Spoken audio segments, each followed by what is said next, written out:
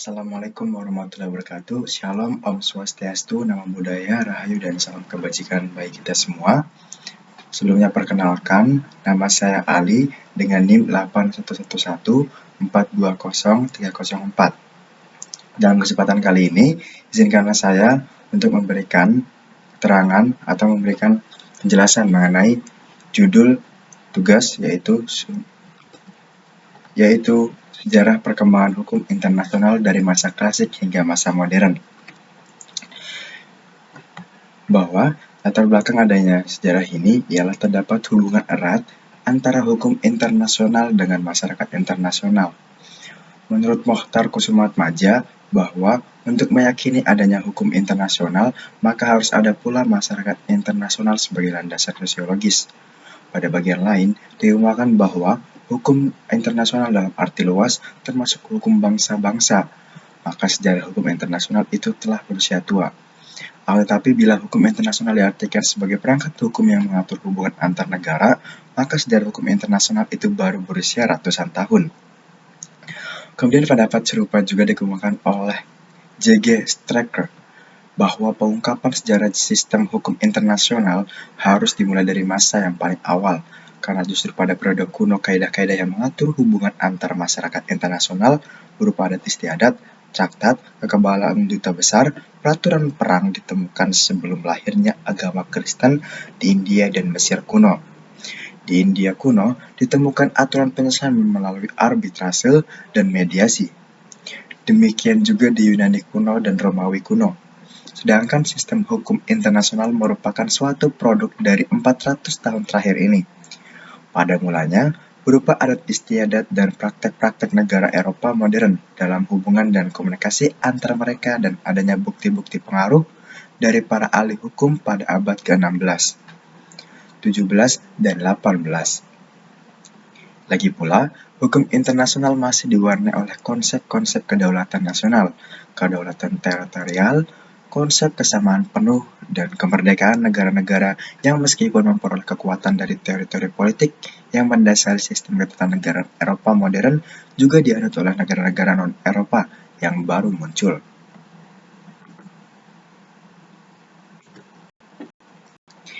Dengan demikian, sejarah hukum internasional sama tuanya dengan adanya masyarakat internasional meskipun dalam taraf tradisional yang berbeda dengan masyarakat internasional dalam arti modern. Dengan menggunakan pendekatan di atas, sejarah perkembangan hukum internasional dalam pembahasan ini akan dimulai pada masa klasik, yaitu masa India kuno, Mesir kuno, Cina kuno, Yunani kuno, Romawi kuno, kemudian pada abad pertengahan, yaitu abad ke-15 dan 16. Masa hukum internasional modern, yaitu pada tahun abad 17, abad 18, abad 19, abad ke-20, hingga dewasa ini. Dalam penjelasan kali ini, yaitu menggunakan metode yuridis normatif dengan pendekatan sejarah. Sehubungan dengan penggunaan metode sejarah ini, Jawari Tontowi dan Poronto Iskandar menyatakan bahwa hukum internasional publik sangat terkait dengan pemahaman sejarah. Melalui pendekatan sejarah ini, tidak sekedar proses evolusi perkembangan hukum internasional dapat diruntut secara faktual kronologis, melainkan juga seberapa jauh kontribusi setiap zaman bagi perkembangan hukum internasional. Hukum bangsa-bangsa dipergunakan untuk menunjukkan pada kebiasaan dan aturan hukum yang berlaku dalam hubungan antar raja-raja zaman dahulu. Hukum antar bahasa atau hukum antar negara menunjukkan pada kompleks kaidah dan asas yang mengatur hubungan antara anggota masyarakat bangsa-bangsa dan negara. Hukum internasional terdapat beberapa bentuk perwujudan atau pola perkembangan yang khusus berlaku di suatu bagian dunia atau region tertentu. 1. Hukum internasional regional. Hukum internasional yang berlaku atau terbatas daerah lingkungan berlakunya, seperti hukum internasional Amerika atau Amerika Latin. Seperti konsep landasan kontinen atau continental shelf, dan konsep perlindungan kekayaan hayati laut atau conservation of living resources of the sea. yang mula-mula tumbuh di benua Amerika sehingga menjadi hukum internasional umum. Kemudian ada hukum internasional khusus, yaitu hukum internasional dalam bentuk kaidah yang khusus berlaku bagi negara-negara tertentu seperti Konvensi Eropa mengenai hak asasi manusia sebagai cerminan keadaan, kebutuhan, taraf perkembangan, dan tingkat integritas yang berbeda-beda dari berbagai masyarakat yang berlainan. Berbeda dengan regional yang tumbuh melalui proses hukum kebiasaan, hukum internasional didasarkan atas pikiran adanya masyarakat internasional yang terdiri atas jumlah negara yang berdaulat dan merdeka. Dalam arti masing-masing, berdiri sendiri yang satu tidak di bawah kekuasaan lain sehingga merupakan suatu tertib hukum koordinasi antara anggota masyarakat internasional yang sederajat. Hukum internasional adalah bagian hukum yang mengatur aktivitas entitas berskala internasional. Pada awalnya, hukum internasional hanya diartikan sebagai perilaku dan hubungan antar negara. Namun, dalam perkembangan pola hubungan internasional yang semakin kompleks, pengertian ini kemudian meluas sehingga hukum internasional juga mengurusi struktur perilaku organisasi internasional dan pada batas tertentu. Perusahaan multinasional dan individu.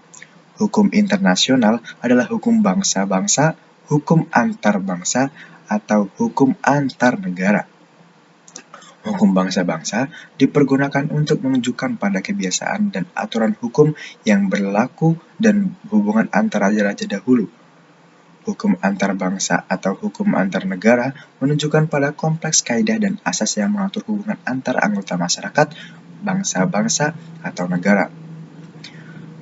Pada dasarnya, yang dimaksud hukum internasional dalam pembahasan ini adalah hukum internasional publik, karena dalam penerapannya, hukum internasional terbagi menjadi dua, yaitu hukum internasional publik dan hukum internasional perdata. Hukum internasional publik adalah keseluruhan kaidah dan asas hukum yang mengatur hubungan antar persoalan yang melintasi batas negara yang bukan bersifat perdata. Sedangkan hukum perdata yang melintasi batas negara, dengan perkataan lain, hukum yang mengatur hubungan hukum antar para pelaku hukum yang masing-masing tunduk pada hukum perdata yang berbeda. Awalnya beberapa sarjana sedang menurut Arkhurst, hukum internasional adalah sistem hukum yang dibentuk dari hubungan antar negara-negara. Definisi hukum internasional diberikan para pakar hukum terkenal di masa lalu, termasuk Grotius atau Arkhurst, terbatas pada negara sebagai satu-satunya pelaku hukum dan tidak memasukkan subjek-subjek hukum lainnya. Salah satu definisi yang lebih jelas yang dikemukakan oleh sarjana mengenai hukum internasional adalah definisi yang dibuat oleh Charles Cheney Heath. Hukum internasional dapat didefinisikan sebagai sekumpulan hukum yang sebagian besar terdiri atas prinsip-prinsip dan peraturan-peraturan yang harus ditaati oleh negara. Dan oleh karena itu, juga harus ditaati dalam hubungan-hubungan antar mereka satu dengan yang lainnya, serta juga mencakup 1. Organisasi internasional, hubungan antara organisasi internasional satu dengan lainnya, hubungan peraturan-peraturan yang berkenaan dengan fungsi-fungsi lembaga atau antara organisasi internasional dengan atau negara-negara, dan hubungan antara organisasi internasional dengan individu atau individu-individu. Peraturan-peraturan hukum tertentu yang berkenaan dengan individu-individu dan subjek-subjek hukum bukan negara atau non-state entities, sepanjang hak-hak dan kewajiban-kewajiban individu dan subjek hukum bukan negara tersebut bersangkutan paut yang masalah masyarakat internasional. Sejalan dengan definisi yang dikeluarkan Haid, Mokhtar Kusumatmaja mengartikan hukum internasional sebagai keseluruhan kaidah-kaidah dan asas-asas hukum yang mengatur hubungan antar persoalan yang melintasi batas-batas negara, antar negara, dengan negara-negara, dengan subjek hukum lain bukan negara, atau subjek hukum bukan negara satu sama lain. Berdasarkan para definisi-definisi tersebut, secara sepintas sudah diperoleh gambaran umum tentang ruang lingkup dan substansi dari hukum internasional, yang di dalam terkandung unsur subjek dan atau pelaku, hubungan-hubungan hukum antar subjek atau pelaku, serta hal-hal atau objek tercakup dalam pengaturannya, serta prinsip-prinsip dan kaidah atau pengatur peraturan-peraturan hukumnya, sedangkan mengenai subjek hukumnya, tampak bahwa negara tidak lagi menjadi salah satunya subjek hukum internasional sebagaimana pernah jadi pandangan yang berlaku umum di kalangan para sarjana sebelumnya.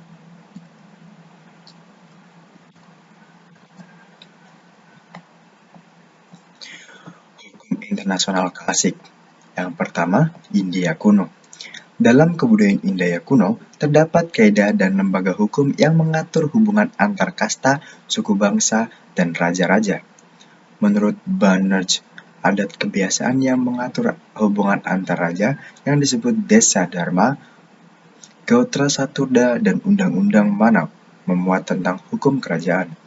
Hukum yang mengatur hubungan antar raja pada masa itu tidak dapat dikatakan sebagai hukum internasional karena belum ada pemisahan dengan agama, soal-soal kemasyarakatan, dan negara. Namun, tulisan-tulisan pada waktu itu sudah ada menunjukkan ketentuan-ketentuan yang mengatur hubungan antar raja atau kerajaan, seperti ketentuan yang mengatur mengenai kedudukan urusan raja dan hak istimewa urut-urut utusan raja, perjanjian dengan kerajaan lain, serta ketentuan perang dan cara berperang, menurut Kusramat Maja dan Eti R. Agus. Kemudian pada masa Cina kuno, Cina memperkenalkan nilai-nilai etika dalam proses pembelajaran untuk kelompok-kelompok berkuasa, pembentukan sistem kekuasaan negara yang bersifat regional tribute state, pembentukan perserikatan negara-negara Tiongkok yang dicanangkan oleh Konghucu. Sejarah juga mencatat beberapa penyelesaian kasus jalur arbitrase dan mediasi yang dipraktikkan pada Cina kuno dan pada masa permulaan dunia Islam. Artinya, dalam masa Cina kuno terdapat jalur-jalur baru, yaitu adanya arbitrase dan mediasi sebagai praktek penyelesaian sengketa di masa Cina kuno dan permulaan perkembangan di dunia Islam.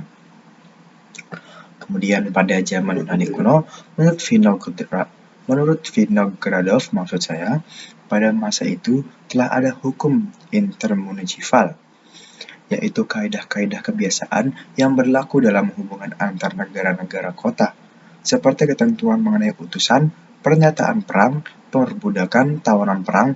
Kaidah-kaidah intermunicipal juga diterapkan bagi masyarakat tetangga dari negara kota. Namun kaidah intermunicipal sangat dipengaruhi oleh pengaruh agama, sehingga tidak ada pemisahan yang tegas antar hukum, moral, keadilan, dan agama. Pembeda golongan penduduk Yunani menjadi dua, yaitu orang Yunani dan orang bukan Yunani. Pada masa itu telah dikenal ketentuan parwasitan dan wakil-wakil dagang. Sumbangan yang terpenting bagi hukum internasional adalah konsep hukum alam. Konsep ini kemudian dikembangkan lebih lanjut oleh orang-orang Romawi.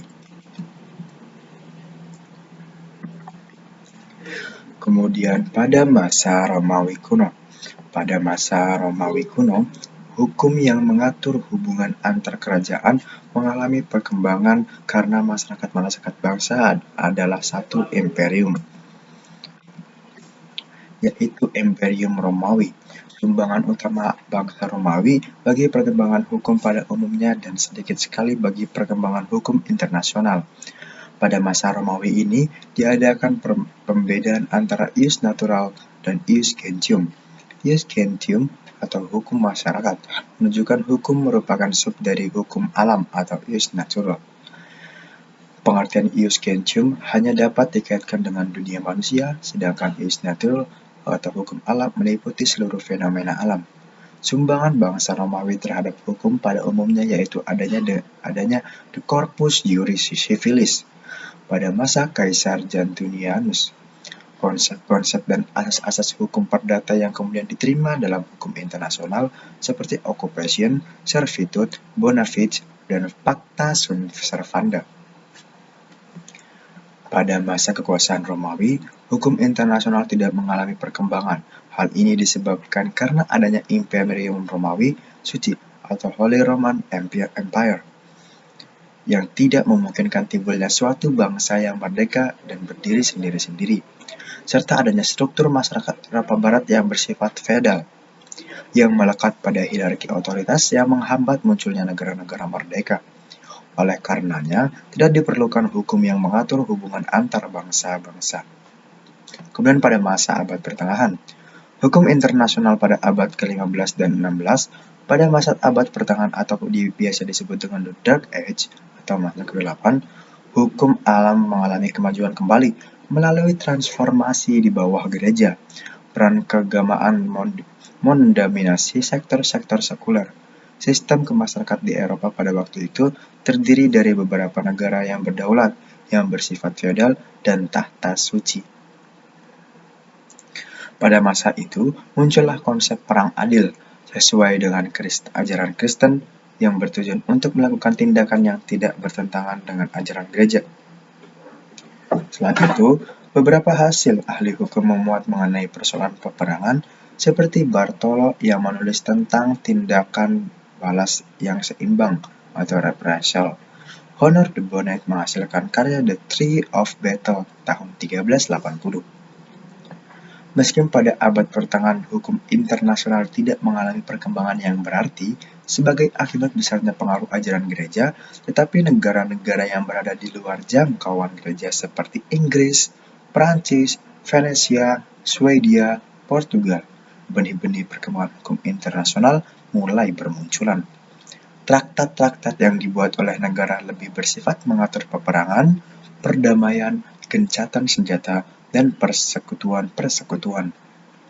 Melemahnya kekuasaan gereja yang ditandai dengan upaya sekularisasi seperti yang dilakukan oleh Martin Luther sebagai tokoh reformis gereja, yang seiring dengan dimulai terbentuknya negara-negara modern. Misalnya John Budin dalam buku Six Liver Republic tahun 1576 mengemukakan bahwa kedaulatan atau kekuasaan bagi pembentukan hukum merupakan hak mutlak bagi lahirnya entitas suatu negara. Pada abad pertengahan ini, hukum internasional digunakan dalam isu-isu politik, pertahanan, dan militer.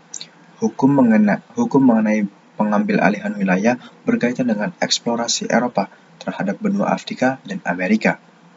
Beberapa ahli hukum, seperti Francisco de Vitoria, yang memberikan kuliah di Universitas Salamanca, Spanyol, bertujuan untuk justifikasi praktek penaklukan Spanyol. Ia menulis buku Relació de Indis yang menjelaskan hubungan bangsa Spanyol dan Portugis dengan negara Indian benua Amerika.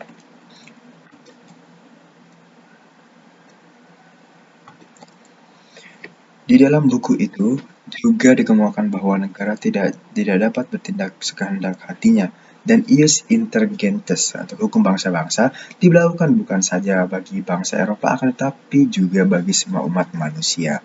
Alberto Gincelli dengan hasil karyanya Jure Belief Liberty tahun 1598, hasil pemikiran lainnya adalah studi tentang hukum perang, doktrin perang adil, pembentukan traktat, hak-hak budak, dan kebebasan di laut. Pada abad ke-15 dan 16 telah terjadi penemuan dunia baru pada masa pencerahan ilmu dan reformasi yang merupakan revolusi keagamaan yang telah memporak-porandakan belenggu kesatuan politik dan rohani di Eropa dan mengguncangkan fenomena-fenomena umat Kristen pada abad pertengahan. Para ahli hukum pada abad tersebut telah mulai memperhitungkan evolusi suatu masyarakat negara merdeka dan memikirkan serta menulis tentang berbagai macam persoalan hukum bangsa-bangsa. Mereka menyadari perlunya serangkaian kaidah untuk mengatur hubungan antar negara-negara tersebut. Andai kata tidak terdapat kaidah-kaidah kebiasaan yang tetap pada ahli hukum wajib menemukan dan membuat prinsip-prinsip yang berlaku berdasarkan nalar dan analogi. Mereka mengambil prinsip-prinsip hukum Romawi untuk dijadikan pokok bahasan studi di Eropa. Mereka juga menjelaskan preseden-preseden sejarah kuno, hukum kanonik, konsep semi-teologis, serta hukum alam. Di antara penulis-penulis pelapor itu antara lain Hugo de Groot atau Grotius Vitoret, Belli, Brunus, Fernando Foscus de Mancha, atau air. Tulisan-tulisan para ahli hukum ini yang terpenting adalah pengungkapan bahwa satu pokok perhatian hukum internasional pada abad ke-16 adalah hukum perang antar negara. Dan dalam kaitan Eropa telah mulai menggunakan tentara tetap, suatu praktek yang tentunya menyebabkan perkembangan adat istiadat dan praktek-praktek peperangan yang seragam. Francisco Suarez yang menulis buku De Legibus I de Legislator, Laws and Good and Legislator, yang mengemukakan adanya suatu hukum atau kaidah objektif yang harus diikuti oleh negara-negara dalam hubungan antar mereka. Ia juga meletakkan dasar suatu ajaran hukum internasional yang meliputi seluruh umat manusia dan genus.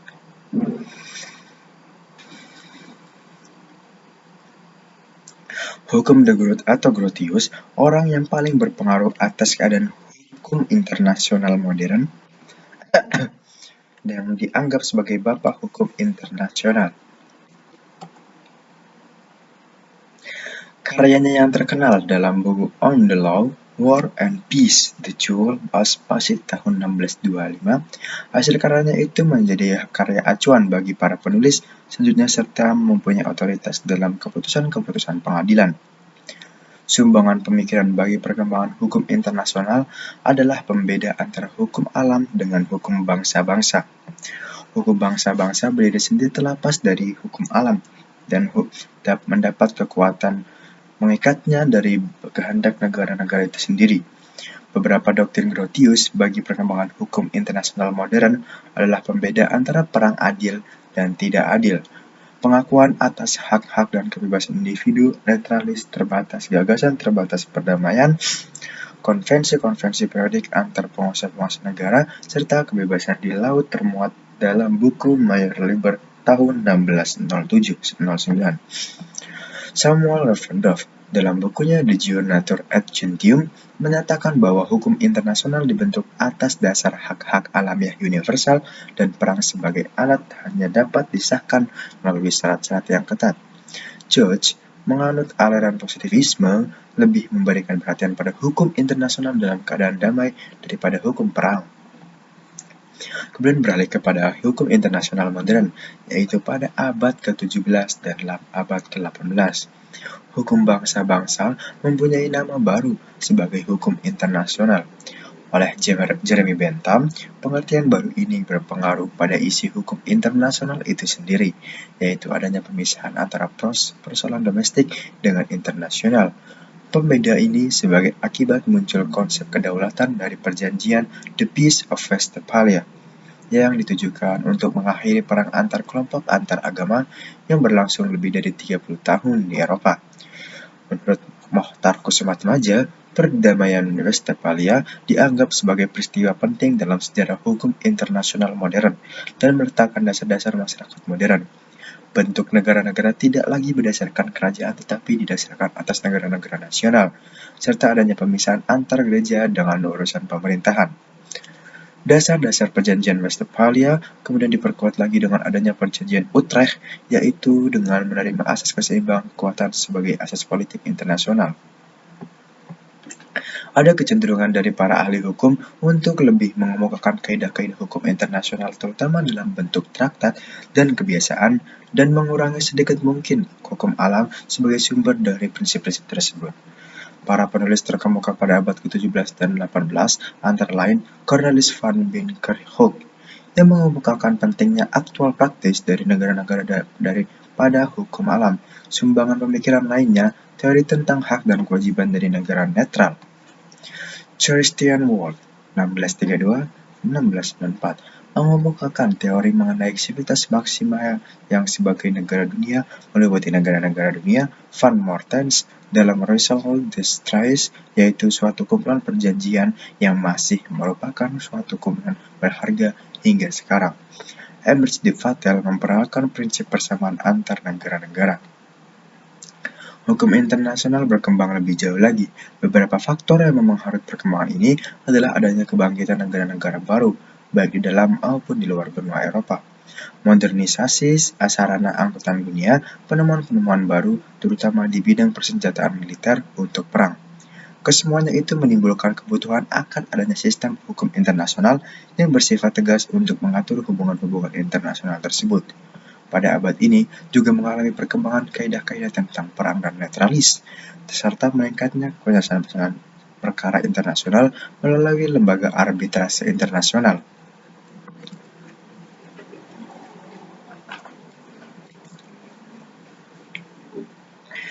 Praktek-praktek negara juga mulai terbiasa dengan pembuatan traktat-traktat untuk mengatur hubungan hukum antar negara.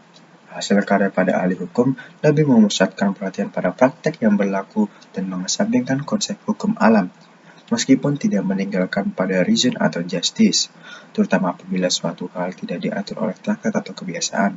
Pada para ahli hukum yang terkemuka pada masa itu antara lain Henry Wotton menulis buku Element of International Law, De Martinez menulis buku semata-mata didasarkan atas praktek negara-negara tidak menurut hukum alam, Keynes, Kluber, Fillmore, Calvo, Foyle, dan Hall. Berdirinya organisasi internasional yang menampung para ahli hukum internasional adalah wadah The Law International Association dan Institut de Droit International. Hukum internasional juga menjadi objek studi dalam skala yang luas dan memungkinkan penganaan persoalan internasional lebih profesional. Dan pada abad ke-20 dan dewasa ini, hukum internasional mengalami perkembangan cukup genting pada abad ini, mulai dibentuk Permanent of Court Arbitration pada konferensi Hague 1899 dan 1907. Pembentukan Permanent Court of International Justice sebagai pengadilan yudisial internasional pada tahun 1921. Pengadilan ini kemudian digantikan oleh International Court of Justice tahun 1948 hingga sekarang. Terbentuk juga organisasi internasional yang fungsinya menyerupai pemerintahan dunia untuk tujuan perdamaian dan kesejahteraan umat manusia, seperti Liga Bangsa-Bangsa, yang kemudian digantikan oleh Perserikatan Bangsa-Bangsa. Adanya perluasan ruang lingkup traktat multilateral tidak saja di bidang sosial ekonomi, tetapi juga mencakup pelindungan hak-hak dan kebebasan fundamental individu. Para ahli hukum internasional lebih memusatkan perhatian pada praktek-praktek dan putusan-putusan pengadilan. Sejalan dengan perkembangan dalam masyarakat modern, maka hukum internasional dituntut agar dapat mengatur mengenai energi nuklir dan termonuklir. Perdagangan internasional, persangkutan internasional melalui laut, pengaturan luar angkasa di luar atmosfer dan di ruang kosmos, pengawasan ruang lingkup, menempatkan rezim baru untuk eksplorasi dan eksploitasi sumber-sumber daya alam di dasar laut di luar batas-batas teritorial, sistem jaringan informasi dan pengenalan data-data komputer, serta terorisme internasional. Beberapa persoalan hukum internasional kerap kali timbul dalam hubungan internasional, antara lain adalah klaim ganti kerugian yang menimpa warga negara suatu negara di negara lain, penerimaan dan pengusiran warga negara asing oleh suatu negara, persoalan nasionalitas, pemberlakuan ekstrateritorial beberapa perundangan nasional, penafsiran perjanjian internasional, serta pemberlakuan suatu perjanjian yang rumit diberlakukan sebagai besar negara di bidang perdagangan, keuangan, pengangkutan, penerbangan, energi nuklir.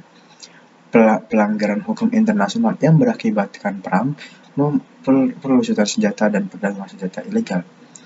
Berbagai persoalan di atas menunjukkan bahwa hukum internasional tetap diperlukan untuk mengatasi berbagai persoalan yang terjadi dalam hubungan internasional. Hukum internasional diharapkan dapat mengatur dan memberikan penyelesaian hukum yang tepat dan adil sehingga dapat diakui dan diterima oleh negara-negara atau pihak-pihak pertikaian. Tidak bertentangan dengan perundangan nasional suatu negara dalam suatu tatanan sistem hukum internasional yang bersifat global. Hukum internasional bentuknya sangat tergantung pada siapa yang membentuknya. Ia tidak kaku, namun luas mengikuti perkembangan zaman, khususnya perkembangan tingkah laku pada subjek hukumnya.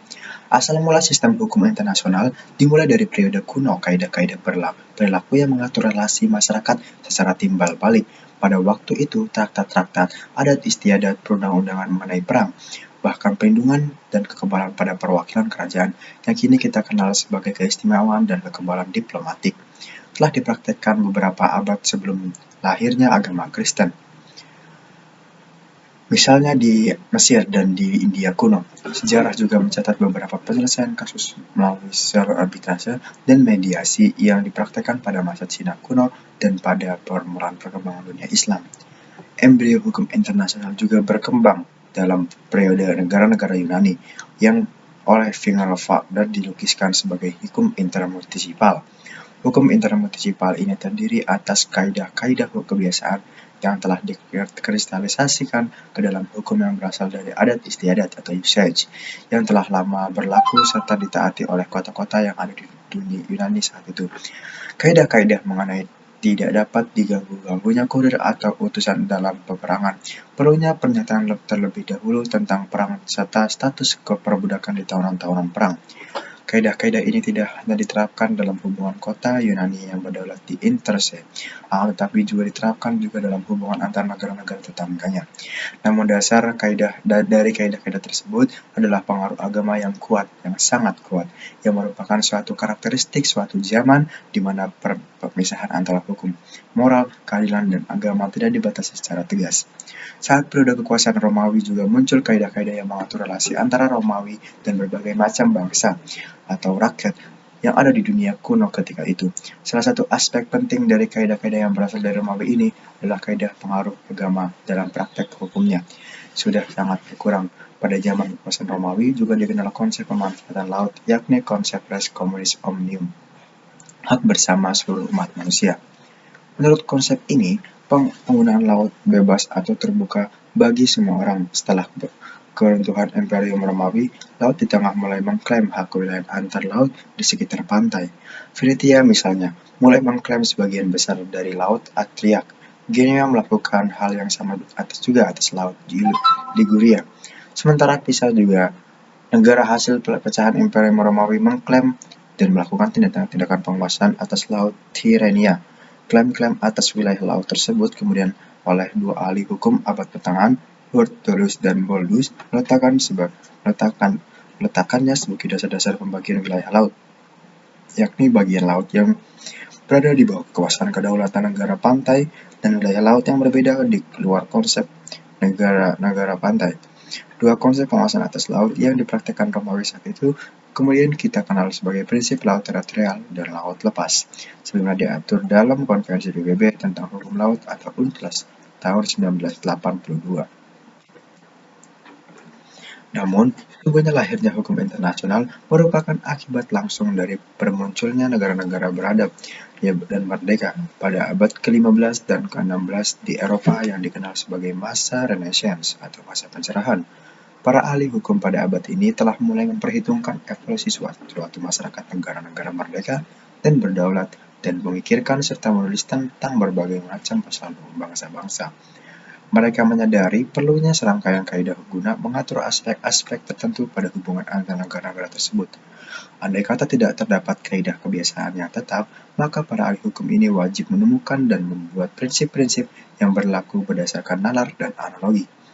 Mereka tidak hanya mengambil prinsip-prinsip hukum Romawi untuk dijadikan pokok bahasa kegiatan studi Eropa sejak penghujung abad ke-11, tetapi para ahli hukum ini pun telah menjelaskan presiden sejarah kuno, hukum kanonik atau canon law, dan konsep semi-teologis serta hukum alam, law of nature.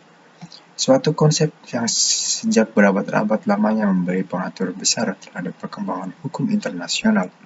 Salah satu ahli hukum dan diplomat Belanda saat itu, Grotius, berhasil membuat risalah yang sistematis mengenai hukum internasional dalam karangnya yang berjudul De Jure, Belli et Paris, atau Hukum Perang dan Damai. Timbulnya hukum internasional juga tidak dapat dilepaskan dari Perjanjian Westphalia, yang merupakan tonggak sejarah mengakhiri perang 30 tahun di Eropa. Tapi bagaimanapun juga, perjanjian ini telah menghasilkan dokumen-dokumen penting bagi sejarah umat manusia di muka bumi ini. Persatuan Eropa atau European Unity dapat dipandang sebagai cikal bakal dari perjanjian ini.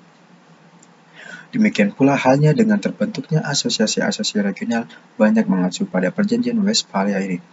Konklusi perdamaian yang merupakan titik puncak dari perjanjian Westphalia telah membawa semangat kebersamaan pada umat manusia di muka bumi.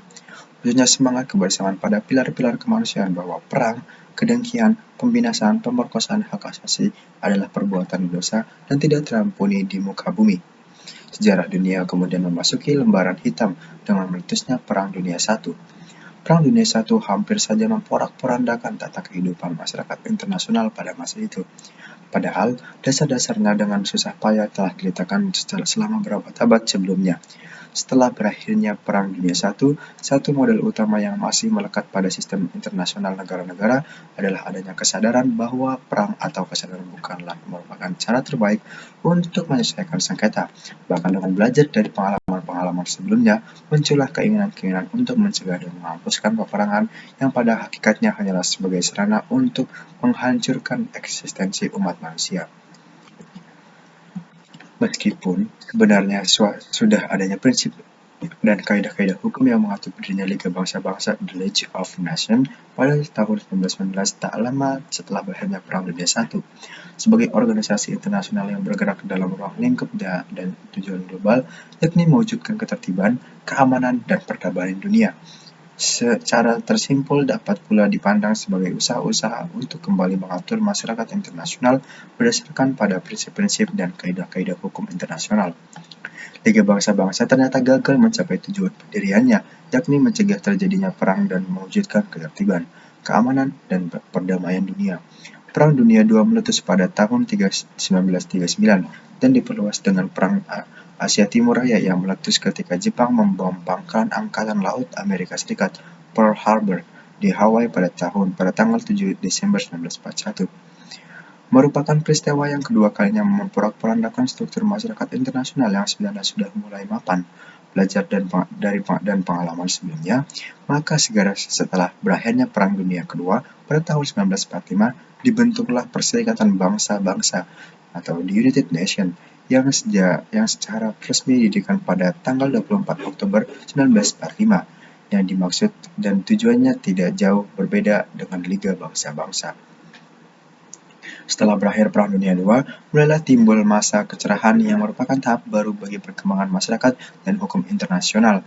Dikatakan demikian oleh karena terjadi beberapa perubahan dan perkembangan baru yang sangat berbeda dengan masa sebelumnya. Keadaan itu tidak mencerminkan dunia secara menyeluruh.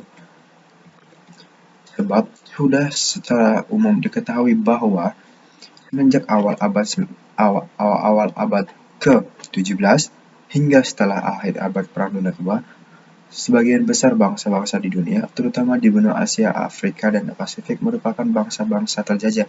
Dengan demikian, polarisasi dunia atau masyarakat internasional pada masa itu terbagi menjadi dua. Pertama, kelompok bangsa atau negara penjajah atau kolonial, khususnya negara-negara di benua Eropa dan Amerika, yang merupakan bagian kecil dari bangsa-bangsa di dunia. Kedua, kelompok yang jumlahnya jauh lebih besar, yaitu bangsa-bangsa atau wilayah terjajah di benua Asia, Afrika, dan beberapa wilayah di kawasan Pasifik. Para ahli hukum internasional dari kelompok kedua yang merupakan negara bekas jajahan kelompok internasional sangat didominasi oleh nilai-nilai Eropa dan Amerika yang sama sekali tidak mengakomodir nilai-nilai kearifan lokal dari negara-negara bekas jajahan tersebut. Seiring dengan berkembangnya hukum internasional kontemporer, gugatan negara-negara bekas jajahan yang biasa disebut sebagai negara Eropa dunia ketiga terhadap dominasi negara Eropa dan Amerika dalam hubungan internasional inilah yang menjadi alasan lahirnya TWILD atau Third World Approach to International Law, program pengadilan dunia ketiga pada hukum internasional. Mr. Chairman mengatakan,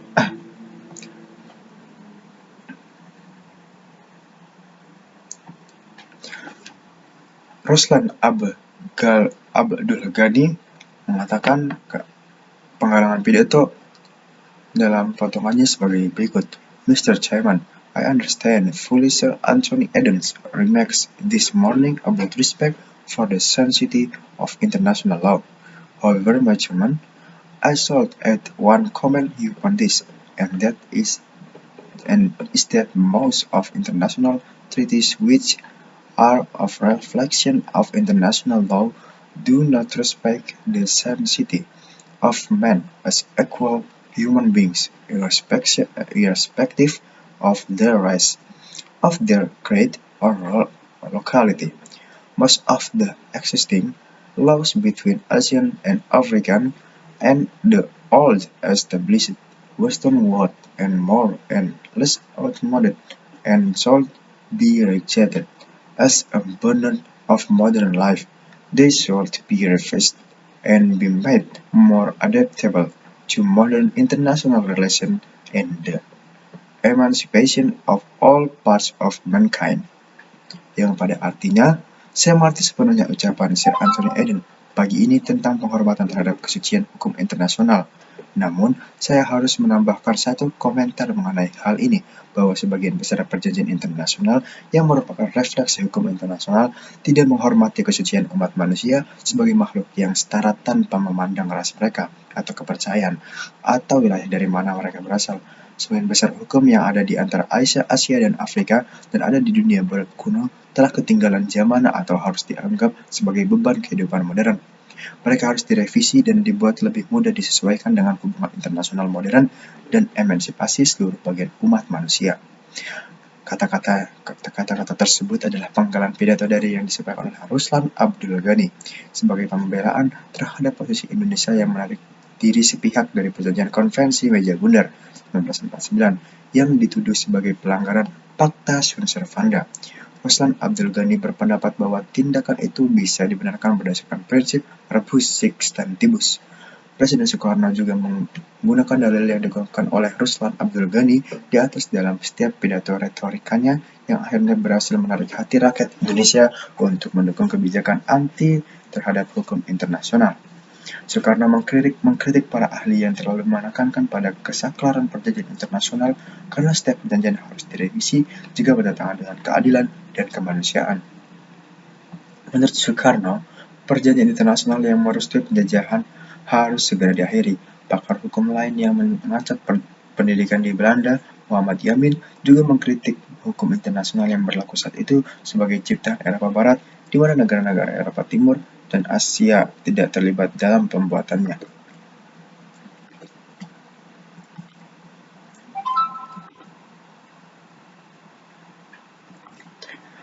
Sentimen anti-hukum internasional ini telah mengkristal menjadi persepsi publik dan mengakibatkan perkembangan hukum internasional pada era ini di Indonesia sangat lambat, bahkan mengarah ke apatisme. Sikap anti-hukum internasional yang dianggap sebagai produk bangsa-bangsa penjajah yang berasal dari Eropa telah tidak saja ditujukan oleh Indonesia pada masa itu. Berakhirnya Perang Dunia II pada bulan Agustus 1945 tidak berarti berakhir pula situasi permusuhan di antara bangsa-bangsa dunia dan terciptanya perdamaian dan keamanan. Ternyata di beberapa pelosok dunia, terutama di belahan bumi Asia Afrika, masih ada masalah dan muncul masalah baru yang mengakibatkan permusuhan yang terus berlangsung. Masalah-masalah tersebut sebagian disebabkan oleh lahirnya dua blok kekuatan yang bertentangan secara ideologi maupun kepentingan, yaitu blok Barat, blok Timur. Blok Barat dipimpin oleh Amerika Serikat, blok Timur dipimpin oleh Uni Soviet. Tiap-tiap blok berusaha menarik negara di Asia dan Afrika agar menjadi pendukung mereka. Hal ini mengakibatkan tetap hidupnya dan bahkan tumbuhnya suasana permusuhan yang terselubung di antara kedua blok ini dan pendukungnya. Suasana permusuhan tersebut dikenal sebagai sebutan Perang Dingin. Berdasarkan pada uraian pada pembahasan di atas, maka dapat disimpulkan beberapa hal sebagai berikut, yaitu pertama, hukum internasional dan perkembangan sesuai zaman yang diawali pada zaman klasik seperti pada masa India kuno, Cina kuno, Yunani kuno, Romawi kuno, dan bentuk kaidah-kaidah kebiasaan dan aturan dibuat oleh suatu bangsa atau kerajaan yang mengatur hubungan antara mereka dalam bentuk yang masih sederhana dan bersifat terbatas untuk bidang-bidang tertentu. Pada masa klasik atau abad pertengahan, hukum internasional tidak banyak mengalami perkembangan. Baru setelah masa itu, yaitu pada masa abad ke-16, 17, 18, 19, dan 20, hukum internasional modern tumbuh dan berkembang sesuai zamannya. Dari segi teori-teori, asas-asas lembaga dalam hukum internasional, demikian juga mengenai substansi dan sifat dati keputusan organisasi internasional, serta putusan pengadilan internasional.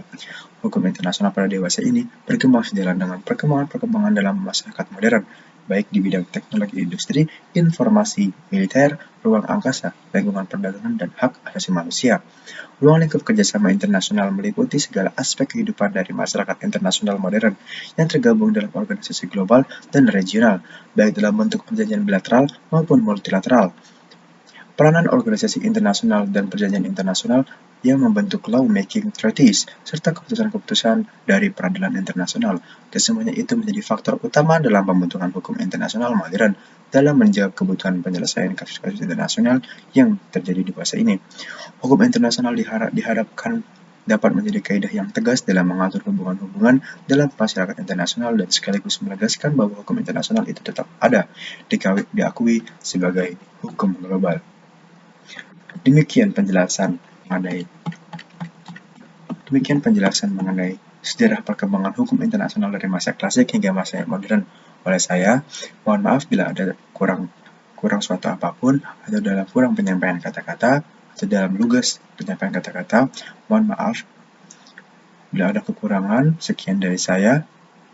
Billahi taufiq wal hidayah. Wassalamualaikum warahmatullahi wabarakatuh.